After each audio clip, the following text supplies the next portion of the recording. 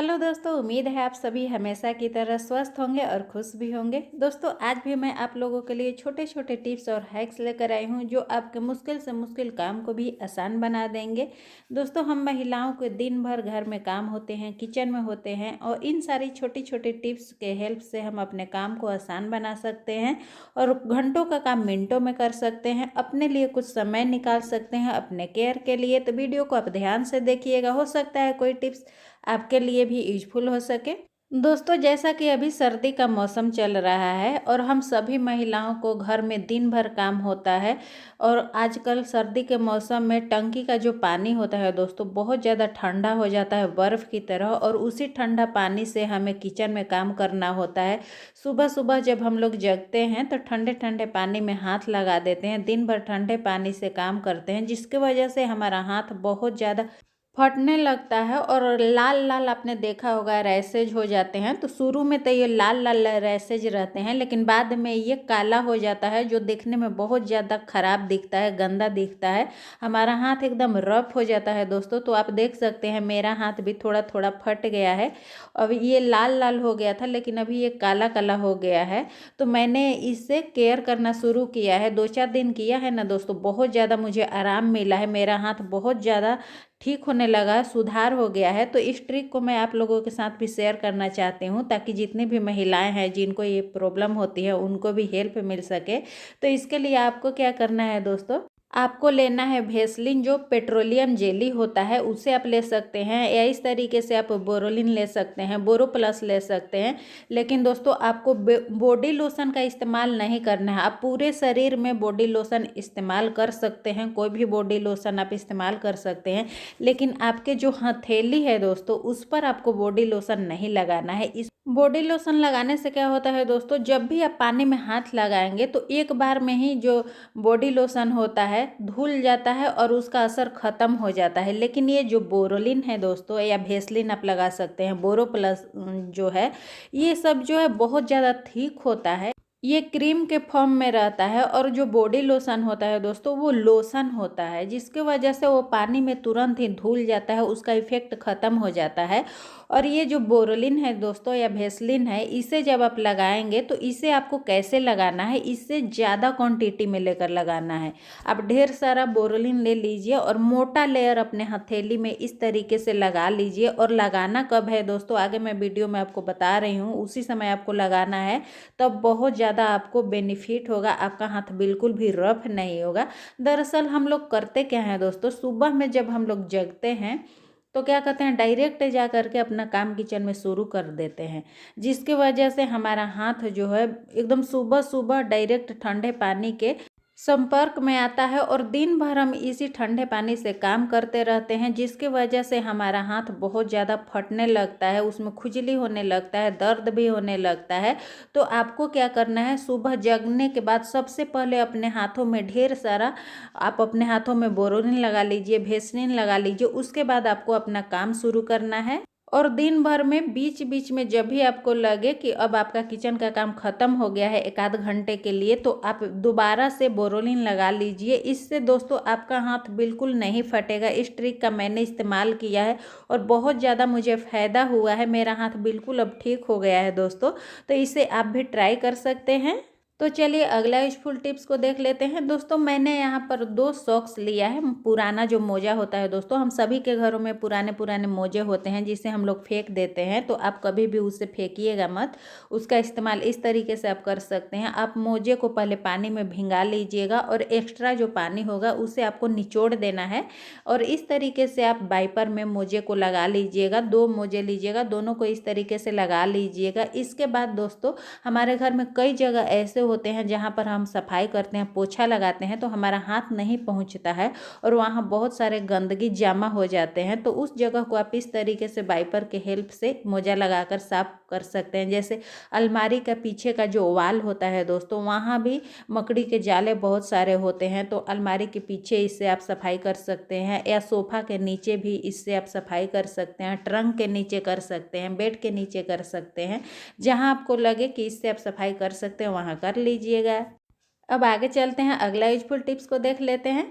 दोस्तों, हम सभी के घरों में रोज़ ही इस तरीके का पॉलीथीन आता है। सब्जी के साथ भी ये पॉलीथीन आता है, किराने का सामान आता है उसके साथ भी ये पॉलीथीन आता है। तो हमारे घरों में ढेर सारे इस तरीके से पॉलीथीन हो जाते हैं, जिसे हम लोग क्या करते हैं, यहाँ वहाँ खिड़की के दरवाजे के पीछे कहीं कहीं हम लोग इसे मोड़ करके घुसा देते हैं, जो देखने में बहुत ही गंदा लगता है। चारों तरफ हमारे घर में पॉलीथीन बिखरा हुआ दिखाई देता है। और नहीं तो हम लोग क्या करते हैं, इसमें कचरा भर करके हम लोग डेली फेंक देते हैं। तो दोस्तों, आज मैं आपको इस पॉलीथीन को ऑर्गेनाइज करके अच्छी तरीके से रखने का एक ऐसा तरीका बताऊंगी। दोस्तों, बहुत ही इजी तरीका है और इस तरीके से आप पॉलीथीन को रखिएगा ना दोस्तों, आपके घर में एक भी पॉलीथीन इधर उधर बिखरा हुआ बिल्कुल भी दिखाई नहीं देगा। और जब भी आपको पॉलीथीन की ज़रूरत पड़ेगी, बहुत ही आसानी से एक पॉलीथीन निकाल करके आप उसे इस्तेमाल कर सकते हैं।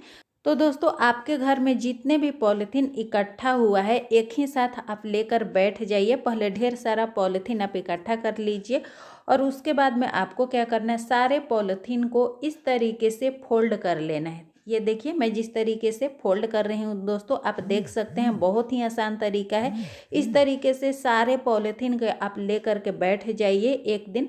जिस दिन आपका घर का काम जल्दी हो जाए दोस्तों, जिस दिन आपको फुर्सत रहे, उस दिन इस काम को आप कर लीजिएगा।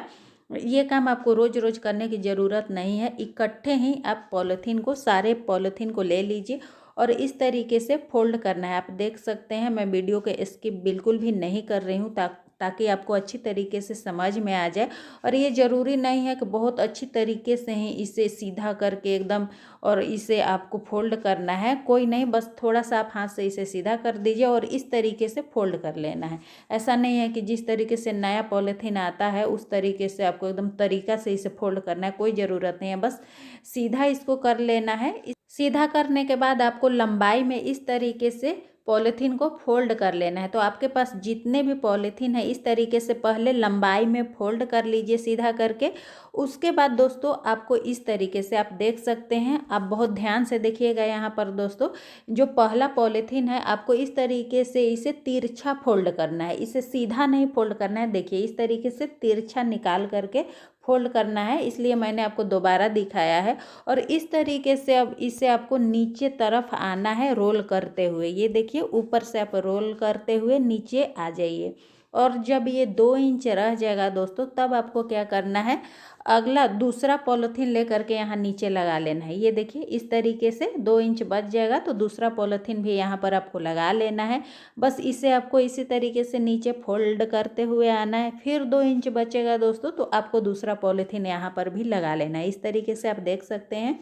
तो आपके पास जितने भी पॉलीथीन है दोस्तों, सारे को पहले लंबाई में फोल्ड कर लीजिएगा, फिर इस तरीके से आपको इसे रोल कर लेना है। और जितना भी पॉलीथीन है आप इकट्ठा करके इस काम को कर सकते हैं जिस दिन आपको फुर्सत रहे। बहुत ही ईजी तरीका है, तुरंत ही हो जाता है। ढेर सारा पॉलीथीन रहेगा तो भी दोस्तों बहुत ही ईजी तरीका है, तुरंत ही आप कर पाएंगे, क्योंकि मैंने पूरा कोशिश किया है कि आपको मैं अच्छी तरीके से समझा पाऊँ। तो ये देखिए, इस तरीके से जब 2 इंच नीचे का बच जाएगा तो आपको दूसरा पॉलीथीन लगा करके इस तरीके से रोल तैयार कर लेना है। तो मैंने यहाँ थोड़ा ही पॉलीथीन को फोल्ड किया था दोस्तों लंबाई में, मेरे पास अभी इतना ही था। तो इस तरीके से मेरा एक रोल बन करके तैयार होता है। अगर आपके पास ढेर सारा पॉलीथीन होगा तो ये मोटा रोल बन करके तैयार हो जाएगा। अब आपको क्या करना है दोस्तों, इस तरीके का कोई भी डब्बा आप ले सकते हैं। ये मेरे पास है तो सर्कल में है, अगर आपके पास स्क्वायर शेप में है कोई भी डब्बा तो उसे भी आप ले सकते हैं। और इस तरीके से आपको चाकू को गर्म करके इसमें थोड़ा सा आपको कट लगाना है, मतलब होल बनाना है। तो ये देखिए, बहुत ज़्यादा बड़ा होल आपको नहीं बनाना है। आप देख सकते हैं कि कितना छोटा मैंने होल बनाया है। आप इस होल को स्क्वायर शेप में भी बना सकते हैं, मैंने यहाँ सर्कल में बनाया है। आप स्क्वायर शेप में भी छोटा सा इसमें होल बना सकते हैं। तो मैंने चाकू को गर्म किया था, लेकिन काटते काटते वो ठंडा हो गया था तो नहीं कट पा रहा था, इसीलिए मैंने फिर कैंची से काट लिया है। तो आप अपने हिसाब से काट लीजिएगा। आप चाहें तो चाकू को गर्म करके भी काट सकते हैं या फिर कैंची से भी इस तरीके से काट सकते हैं, आपको जैसे अच्छा लगे आप काट करके इस तरीके से होल बना लिया है। अब ये देखिए, ऊपर का जो मैंने थोड़ा सा ये पहला जो पॉलीथीन निकाल करके रखा है दोस्तों, बाहर जो तिरछा मोड़ के मैंने बाहर निकाला था, इससे आपको इस डब्बे से बाहर निकाल देना है होल के द्वारा। जो होल मैंने किया है आप देख सकते हैं, उसी से इसे आपको बाहर निकाल देना है। और ये जो रोल मैंने बनाया है दोस्तों, इसमें मैं एक पतला वाला रबर बैंड लगा लूँगी ताकि डब्बे में ये रोल जो है खुले नहीं। तो इसी तरीके से आप भी एक रबर बैंड लगा लीजिएगा या धागा से भी बांध लीजिएगा। अब देखिए दोस्तों, जब भी आपको ज़रूरत पड़ेगी पॉलीथीन की तो इस तरीके से आप निकाल सकते हैं। जब भी एक पॉलीथीन को आप निकालेंगे ना दोस्तों, तो ये देखिए दूसरा वाला थोड़ा सा निकल करके रह जाएगा बाहर। तो इस तरीके से एक एक पॉलीथीन को निकाल करके आप इस्तेमाल भी कर सकते हैं और सारे पॉलीथीन आपके घर में ऑर्गेनाइज इस तरीके से आप रख सकते हैं। एक भी पॉलीथीन आपके घर में इधर उधर बिखरा हुआ नहीं दिखाई देगा। उम्मीद है दोस्तों ये टिप आपको यूजफुल लगा होगा तो एक लाइक करके मोटिवेट जरूर करिएगा। वीडियो को ज़्यादा से ज़्यादा शेयर करिएगा।